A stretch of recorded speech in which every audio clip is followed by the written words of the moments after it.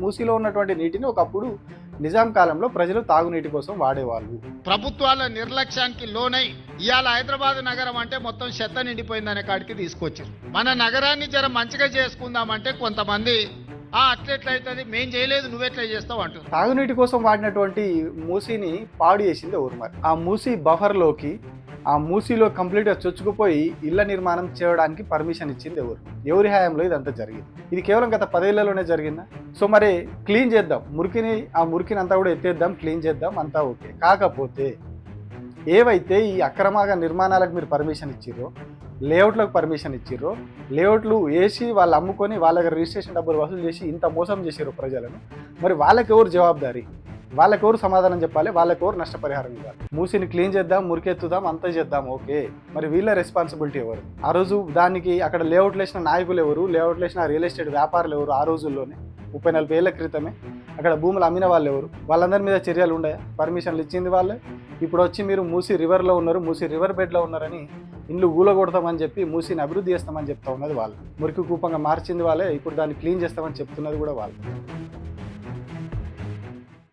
రాష్ట్రంలో మూసీ అభివృద్ధి గురించి ఇప్పుడు పెద్ద ఎత్తున చర్చ జరుగుతూ ఉన్నది. ఏదైతే మూసీ ప్రక్షాళన, అభివృద్ధి, ఇట్లా రకరకాల పేర్లు పెట్టి ఆ చుట్టుపక్కల ఉన్నటువంటి చాలా ఇళ్లను తొలగించి దాన్ని బ్యూటిఫికేషన్ చేస్తాము, నైట్ ఎకానమీ చేస్తామని చెప్పేసి ముఖ్యమంత్రి రేవంత్ రెడ్డి పదే చెప్తా ఉన్నారు. దాదాపు 1,50,000 కోట్లతోటి ఈ పని చేస్తామని గతంలో ఆయన ఒక వేదిక పైనే చెప్పారు. సో ఇప్పుడు దీని మీదనే కంప్లీట్గా చర్చ జరుగుతూ ఉన్నది. దాని మీద ప్రజల నుంచి కూడా వ్యతిరేకత వస్తూ ఉన్నది. మా ఇండ్లను కూలగొడతా ఉన్నారు, అట్లా కొత్తగా గాంధీ సరోవర్ అనే ఇంకొక ప్రాజెక్ట్ దానిలో కలిపేసి గాంధీజీ పెద్ద విగ్రహం పెడతామని చెప్పి ఆ ప్రాంతం కోసం, ఆ గాంధీ సరోవర్ ప్రాజెక్ట్ కోసం ఒక 450 కుటుంబాలు ఉంటున్నటువంటి ఒక అపార్ట్మెంట్ని కూడా తీసుకుంటాం, దాన్ని కూడా కూలగొడతామని చెప్పి చెప్తా ఉన్నారు. సో దానివల్ల వాళ్ళు వ్యతిరేకిస్తూ ఉన్నారు. ఎవరైతే మూసీ పరివాహక ప్రాంతాల్లో భూములు కొనుక్కొని, అప్రూవ్డ్ లేఅవుట్స్లో భూములు కొనుక్కొని 20-30 ఏళ్ల క్రితం అక్కడ స్థిరపడి ఇల్లు కట్టుకున్న వాళ్ళు కూడా ఇప్పుడు దాని మీద వ్యతిరేకిస్తూ ఉన్నారు. గత 2 ఏళ్ళుగా ఈ వ్యవహారం అంతా జరుగుతూ ఉన్నారు. ఈ నేపథ్యంలో రీసెంట్గా మాట్లాడినటువంటి ముఖ్యమంత్రి మరొకసారి దానికి సంబంధించి కొన్ని ఆసక్తికరమైనటువంటి వ్యాఖ్యలు చేసి ఇదంతా కూడా చెత్త కుప్పలాగా తయారైంది, ఈ చెత్తను క్లీన్ చేస్తామంటే కొందరు అడ్డుకుంటున్నారు అని మాట్లాడారు. చారిత్రాత్మకమైన నగరం, ప్రపంచంలోనే ఒక అందమైన సుందరమైన నగరం, కానీ ఆక్రమణలకు గురై ప్రభుత్వాల నిర్లక్ష్యానికి లోనై ఇవాళ హైదరాబాద్ నగరం అంటే మొత్తం చెత్త నిండిపోయిందనే కాడికి తీసుకొచ్చారు. చెత్త ఎత్తటోళ్ళు లేరు అనే కాడికి వచ్చింది. ఎన్ని కోట్ల రూపాయలు పెట్టి ఇటాలియన్ మార్బుల్ వేసి కట్టుకున్నా ఎప్పటికప్పుడు సాఫ్ చేసుకోకపోతే, ఎప్పటికప్పుడు ఊడ్చి తూడ్చుకోకపోతే ఏదైనా మట్టి కొట్టుకొని పోతుంది. ఆ తర్వాత కొంతకాలం అయిపోయినాక చూడబుద్ధి కాకుండా అవుతుంది. మన నగరాన్ని జర మంచిగా చేసుకుందామంటే కొంతమంది అట్లెట్లయితుంది, మేం చేయలేదు నువ్వెట్లా చేస్తావు అంటారు. అరే నువ్వు చేయలేదా? సో వాస్తవమే, మూసీ అనేది చెత్త కుప్పలాగానే తయారైంది, ఒక మురికి కూపం లాగా తయారైంది. కాకపోతే మరి ఆ మూసీని మురికి కూపం లెక్క తయారు చేసిన వాళ్ళు ఎవరు తయారు చేసారు దాన్ని? నిన్న ముఖ్యమంత్రి మాట్లాడుకుంటూ ఇంకొక మాట కూడా చెప్తాడు. ఈ మూసీ ప్రాజెక్ట్ అనేది హైదరాబాద్ తాగునీటి అవసరాల కోసము, వరదలను అడ్డుకోవడానికి అప్పుడున్నటువంటి నిజాం రాజు ప్రత్యేకంగా మోక్షగుండం విశ్వేశ్వరయ్యను పిలిపించి మరీ కట్టించిండని చెప్పి రేవంత్ రెడ్డి చెప్పారు. నిన్న 1908లో వరదలు వచ్చి వేలాది మంది నగరంలో ప్రజలు చచ్చిపోయారు. అప్పుడు నిజాం సర్కారు మనసు చెల్లించిపోయి, నా ప్రజలు ఇట్లా చచ్చిపోతే ప్రభువుగా నేను చేస్తున్న పరిపాలనలో లోపం ఉన్నట్టే, ఈ ప్రజల్ని నగరాన్ని కాపాడుకోవాలని మోక్షగుండం విశ్వేశ్వరయ్య అనే ఒక ప్రపంచ గొప్ప ఇంజనీర్ను పిలిపించి ఈ వరదలను ఎట్లా నియంత్రించాలి, ఈ నియంత్రించిన నీళ్లను మేము తాగడానికి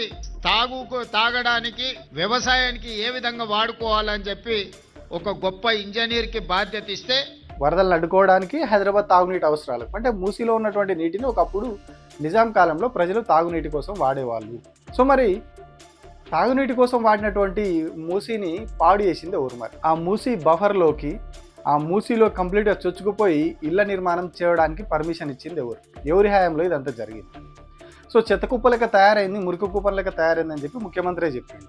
సో మరి చెప్పినప్పుడు దానికి కారణమైన వాళ్ళు ఎవరు అనేది కూడా మనం మాట్లాడుకోవాలి కదా. మరి ఎవరు దానికి కారణమైన వాళ్ళు ఎవరు అంటే ఇదే కాంగ్రెస్ పార్టీ వాళ్ళు.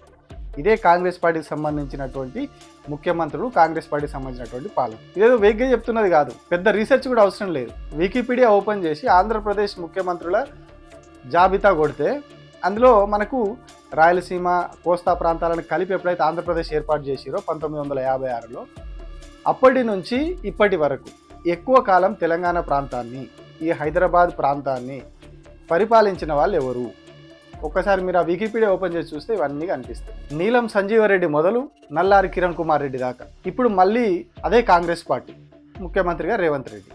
సో అప్పటి నుంచి ఇప్పటి వరకు ఉన్న వాళ్ళందరూ మెజారిటీ కాంగ్రెస్ వాళ్ళే. మధ్యలో ఎన్టీ రామారావు, చంద్రబాబు, నాదెండ్ల భాస్కర్ రావు, తెలుగుదేశం పార్టీ వీళ్ళు. సో వీళ్ళ కాలాన్ని తీసేస్తే మిగతా మెజారిటీ కాలం పరిపాలించింది కాంగ్రెస్ పార్టీ. సో ఇప్పుడు మనం రేవంత్ రెడ్డి పర్స్పెక్టివ్లో మాట్లాడుకున్నప్పుడు రెండు పార్టీలు కూడా రేవంత్ రెడ్డికి సంబంధించినవి. ఒకటేమో రేవంత్ రెడ్డి ఇప్పుడున్న పార్టీ, ఒకటేమో గతంలో ఉన్న పార్టీ. ఏవైతే ఇప్పుడు మూసీలో ఆక్రమణ జరిగింది, మూసీలో ఇళ్ల నిర్మాణాలు జరిగినాయి, పెద్ద పెద్ద బిల్డింగులు కట్టుకున్నారు అందరూ, మూసీ అంతా కూడా ఖరాబ్ అయిపోయింది, మురుగునీళ్ళు వస్తూ ఉన్నాయి, నాలాలు వస్తూ ఉన్నాయి. ఇప్పుడు చేస్తున్నటువంటి ప్రతి ఆరోపణ కారణం, ప్రతి ఆరోపణ రేవంత్ రెడ్డి చేస్తున్నటువంటి ప్రతి ఆరోపణ కూడా కాంగ్రెస్ పార్టీ మీదనే, కాంగ్రెస్ పాలకుల మీదనే. ఇది ఎవ్వరు కాదని లేని సత్యం. గత పాలకులు అంటే గత 10 ఏళ్లలోనే మూసి మొత్తం ఖరాబ్ అయిపోలేదు. ఏది కూడా ఒక షార్ట్ పీరియడ్లో కాదు. ఒక నది, అంత పెద్ద నది, హైదరాబాద్ సిటీలో దాదాపు 55 కిలోమీటర్లకు పైగా ప్రయాణించేటువంటి మూసీ నది, 2 ఈసా మూసా నదులు కలిసి అక్కడి నుంచి కంప్లీట్గా వెళ్ళి నల్గొండ జిల్లా వరకు వెళ్ళే వరకు కూడా 50 నుంచి 55 కిలోమీటర్లు హైదరాబాద్ సిటీలో ప్రవహిస్తుంది అది. సో ఇంత పొడుగుతో నది ఖరాబ్ అయింది, కంప్లీట్గా మురుగు నీటితో నిండిపోయింది, మొత్తం మురుగు, చెత్త చెదారం, ఆక్రమణలతో నిండిపోయిందంటే ఇది కేవలం గత 10 ఏళ్లలోనే జరిగిందా? ప్రజలుగా మనం ఆలోచించాలి. అసలు ఎట్లా డైవర్ట్ చేస్తూ ఉన్నారు దీన్ని? తప్పు చేసింది ఎవరు? దాన్ని డైవర్షన్ కోసం ఏం చేస్తూ ఉన్నారు? సో ఇవన్నీ కూడా ఆలోచించాల్సిన అవసరం ఉంది. దాదాపు 4-5 దశాబ్దాల కాంగ్రెస్ పార్టీ పాలనలో కంప్లీట్గా మూసీ అనేది చెరబడ్డబడ్డది. సో మరి అప్పుడు జరిగింది తప్పు. సో ఆ తప్పుని ప్రతి సందర్భంలో రేవంత్ రెడ్డి ఏం చేస్తారు? ఇప్పుడు తనకు ప్రత్యక్షంగా కనిపిస్తున్నటువంటి ప్రత్యర్థులు ఎవరున్నారు? బీఆర్ఎస్ పార్టీ వాళ్ళు ఉన్నారు. సో గతంలో 10 ఏళ్ళు వాళ్ళు ప్రభుత్వం చేసిపోయారు కాబట్టి ఇప్పుడు ప్రతి సందర్భంలో ప్రతి అంశానికి ఆయన ఏం చేస్తారు?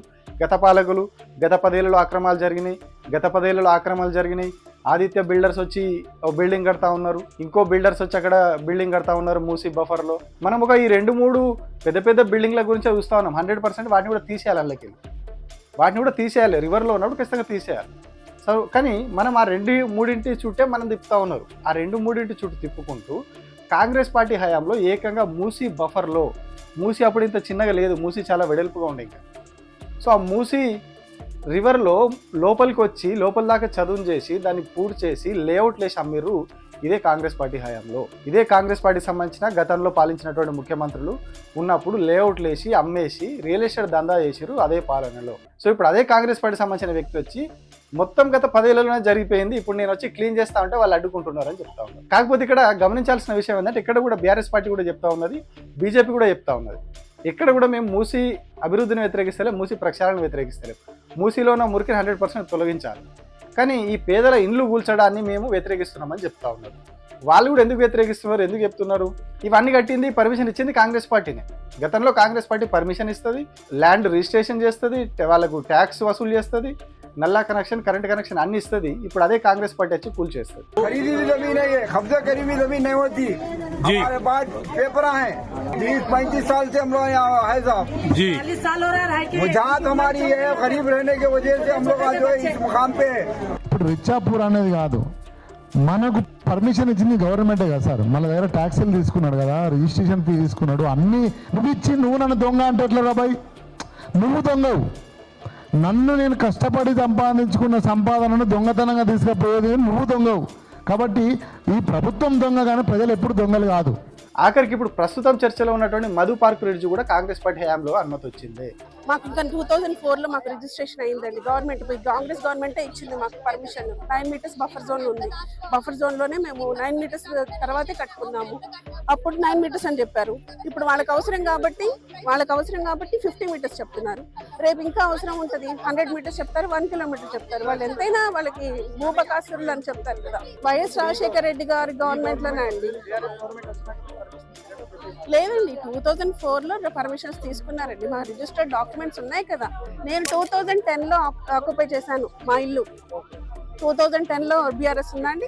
సో ఈ మెజారిటీ మూసి ఆక్రమణలు అన్ని కూడా కంప్లీట్గా గతంలో కాంగ్రెస్ పార్టీ పాలనలోనే జరిగింది. మొత్తం కబ్జాలమయమైంది, మురికి కూపంగా మారింది. ఇప్పుడు వచ్చి 150,000 కోట్లు అందులో పోసి దాన్ని ఏదో చేస్తాము, అభివృద్ధి చేస్తాము, చాలా చేస్తామని చెప్తా ఉన్నారు. సో మరి క్లీన్ చేద్దాం, ఆ మురికిని అంతా కూడా ఎత్తేద్దాం, క్లీన్ చేద్దాం, అంతా ఓకే. కాకపోతే ఏవైతే ఈ అక్రమంగా నిర్మాణాలకు మీరు పర్మిషన్ ఇచ్చిర్రో, లేఅవుట్లకు పర్మిషన్ ఇచ్చిర్రో, లేఅవుట్లు వేసి వాళ్ళు అమ్ముకొని వాళ్ళ రిజిస్ట్రేషన్ డబ్బులు వసూలు చేసి ఇంత మోసం చేసారు ప్రజలను, మరి వాళ్ళకి ఎవరు జవాబుదారీ?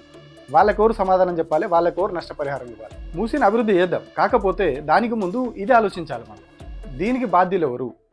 ఆ రోజు దాదాపు 30-40 ఏళ్ల క్రితమే లక్షల రూపాయలు పెట్టి వాళ్ళు జాగాలు కొనుక్కొని అందులో మళ్ళీ లక్షల రూపాయలు పెట్టి ఇల్లు కట్టుకొని ఇప్పుడు అక్కడ ఉంటున్న వాళ్ళందరినీ కూడా మేము ఖాళీ చేస్తాం, పంపిస్తాము, కూల్ చేస్తాము, ఇవన్నీ కూడా రివర్ బెడ్లో ఉన్నాయని చెప్పి ఇప్పుడు ప్రభుత్వం చెప్తా ఉన్నారు. సో మరి వీళ్ళకి ఆ రోజు పర్మిషన్ ఇచ్చింది కూడా ఇదే కాంగ్రెస్ పార్టీ సంబంధించిన ప్రభుత్వం. మరి ఎవరు దీనికి రెస్పాన్సిబిలిటీ తీసుకుంటారు?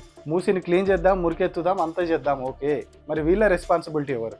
ఆనాడు వీళ్ళని మోసం చేసి లేఅవుట్లు వేయించి కొన్న ఎవరైతే అమ్మిన కాంగ్రెస్ పార్టీకి సంబంధించిన నాయకులు ఉన్నారు, మరి వాళ్ళ మీద చర్యలు తీసుకోరా? అమాయకంగా భూములు కొనుక్కొని ప్రభుత్వం అనుమతి ఇచ్చింది, లేఅవుట్ పర్మిషన్లు ఉన్నాయి, రిజిస్ట్రేషన్ అవుతుంది, అన్నీ ఉన్నాయని చెప్పి భూములు కొన్న ఆ పేద ప్రజలదే తప్ప, మధ్యతరగతి ప్రజలదే తప్ప. ఇప్పుడు ఆ రోజు దానికి అక్కడ లేఅవుట్లు వేసిన నాయకులు ఎవరు, లేఅవుట్లు వేసిన రియల్ ఎస్టేట్ వ్యాపారులు ఎవరు? ఆ రోజుల్లోనే 30-40 ఏళ్ల క్రితమే అక్కడ భూములు అమ్మిన వాళ్ళు ఎవరు? వాళ్ళందరి మీద చర్యలు ఉన్నాయా? అది కదా ఇప్పుడు జరగాలి చర్చ. అక్కడ భూములు కొనుక్కొని మీరు పర్మిషన్ ఇచ్చిరనే వాళ్ళు భూములు కొన్నారు, లేకుంటే కొనకపోతుండే కదా. రిజిస్ట్రేషన్ అవుతలేదంటే వాళ్ళు వచ్చేందుకు కొంటారు, కొనరు. ఆక్రమణలు ఉన్నాయి, మూసి లోపలికి ఉన్నాయి, తొలగిద్దాం, వితౌట్ పర్మిషన్ ఉన్నాయి. గుడిసె లోపల వరకు ఏదైతే రివర్ కంప్లీట్ లోపల వరకు వేసుకున్నటువంటి ఆ చిన్న చిన్న నిర్మాణాలు తొలగించి వాళ్ళు ఇందిరమ్మ ఇళ్ళక ఇంకొక ఇళ్ళక పంపిద్దాం. కాకపోతే మీరు పర్మిషన్ ఇచ్చినటువంటి లేఅవుట్లలో లక్షల రూపాయలు ట్యాక్సులు కట్టి కొనుక్కొని ఇల్లు కట్టుకున్న పరిస్థితి, వాళ్ళకి ఏం సమాధానం చెప్తారు? ముఖ్యమంత్రి నేను చెప్తా ఉన్నారు, మేము ఇంత పరిహారం ఇస్తాం, అంత పరిహారం ఇస్తామని. సో మరి ఈ పరిహారం ఒకసారి ఆ క్యాలిక్యులేషన్ చేయండి. వాళ్ళు 40 ఏళ్ల క్రితం కొనుక్కున్నారు, ఇప్పుడు ఇల్లు కట్టుకున్నారు, కొన్ని కోట్ల విలువ ఇల్లు. సో అన్ని కోట్ల రూపాయలు మీరు ఇస్తారా? అన్ని కోట్ల రూపాయలతో ఇప్పుడు వాళ్ళకి వేరే చోట మళ్ళీ అట్లాంటి ప్లేస్ దొరుకుద్దా? వాళ్ళు అంతమంది ఉండగలుగుతారా? ఒక బిల్డింగ్లో ఒక కుటుంబం అంతా ఉంటుంది, ఒక 4-5 ఫ్యామిలీలు ఉంటాయి. ఒక చిన్న బిల్డింగ్, ఒక 90-100 గజాల ప్లేస్లో 5-6 ఫ్యామిలీస్ కూడా ఉంటాయి. సో వాళ్ళందరినీ ఎట్లా అకామిడేట్ చేస్తారు? ఇది కదా చర్చ జరగాల్సింది. తప్పు చేసింది వాళ్ళే, వాళ్ళ హయాంలోనే మూసి ఆగమైంది. ఇప్పుడు మళ్ళీ వాళ్ళే వచ్చి వాళ్ళు పర్మిషన్ ఇచ్చిన వాళ్ళు ట్యాక్సులు వసూలు చేసిన వాళ్ళని, ఆ ప్రజలనే ఇప్పుడు మళ్ళీ తొక్కేస్తూ ఉన్నారు, మళ్ళీ ఆ ఇళ్ళని కూలగొడతా ఉంటున్నారు. అంటే వీళ్ళ డబుల్ స్టాండర్డ్ అర్థం చేసుకోరు. పర్మిషన్లు ఇచ్చింది వాళ్ళే, ఇప్పుడు వచ్చి మీరు మూసి రివర్లో ఉన్నారు, మూసి రివర్ బెడ్లో ఉన్నారని ఇల్లు కూలగొడతామని చెప్పి మూసిని అభివృద్ధి చేస్తామని చెప్తా ఉన్నది వాళ్ళు. మురికి కూపంగా మార్చింది వాళ్ళే, ఇప్పుడు దాన్ని క్లీన్ చేస్తామని చెప్తున్నది కూడా వాళ్ళు. సో ఈ డబుల్ స్టాండర్డ్ని ప్రజలు అర్థం చేసుకోవాలి. ఎట్లా ప్రజల్ని డైవర్షన్ చేసి ఎంతసేపు రాజకీయం చేసుకుంటా గత ప్రభుత్వం తప్పు చేసింది, గత ప్రభుత్వంలో అక్రమాలు జరిగినాయి, గత 10 ఏళ్లలోనే అంతా జరిగిపోయిందని చెప్తున్నారు. కానీ ఒకసారి అదే ఆ గూగుల్ మ్యాప్ ఇంకొకటో తీస్తే మనకు ఒక 10-12 ఏళ్ళు వెనక్కి పోయి కూడా చూడొచ్చు. సో అట్లా చూస్తే తెలుస్తుంది. కనీసం 10-11 ఏళ్ల ముందు తెలంగాణ 2014లో వచ్చింది, 2014 ముందు మూసి పరిస్థితి ఏంటి, అప్పటికే ఎట్లున్నాయి ఆక్రమణలు, మూసి పరిస్థితి ఎట్లా ఉన్నది అనేది క్లియర్గా అర్థమవుతుంది. సో ఇక్కడ మనం అర్థం చేసుకోవాల్సింది ఏంటంటే కేవలం గత ప్రభుత్వం మీద పెట్టి రాజకీయం నడుస్తుంది. ఇక్కడ వాళ్ళు తప్పు చేసిరని జస్ట్ డైవర్షన్ కోసం రాజకీయం. అసలు లెక్కలు, వాళ్ళ అసలు ప్రణాళికలు వేరే ఉన్నాయి. వాళ్ళకి తెలుసు అప్పుడు జరిగింది తప్పు ఎక్కడ, ఇప్పుడు దాన్ని వీళ్ళు ఏం చేస్తా ఉన్నారని అంతా తెలుసు, వాళ్ళకి క్లారిటీ ఉంది ప్రభుత్వానికి. కానీ డైవర్షన్ కోసం ఈ పార్టీల మీద వేయాలి, బీజేపీ మీద, బీఆర్ఎస్ మీద వేసి దీన్ని డైవర్షన్ చేస్తే మేము సేఫ్ జోన్లో ఉంటాము. ప్రజలకు ఏం చెప్తాము? వాళ్ళు తప్పు చేస్తున్నారు, వాళ్ళు అడ్డుకుంటున్నారు, మేము మంచి చేస్తా ఉంటే వాళ్ళు అడ్డుకుంటున్నారు అని చెప్తా ఉన్నారు. కానీ తప్పు చేసిందే వాళ్ళు, కడుక్కోలేని, తుడుచుకోలేని తప్పు చేసిందే వాళ్ళనే విషయాన్ని ప్రజలకు తెలియకుండా అడ్డుకుంటున్నారు. సో ఇది మనం తెలుసుకోవాల్సిన విషయం. Thank you.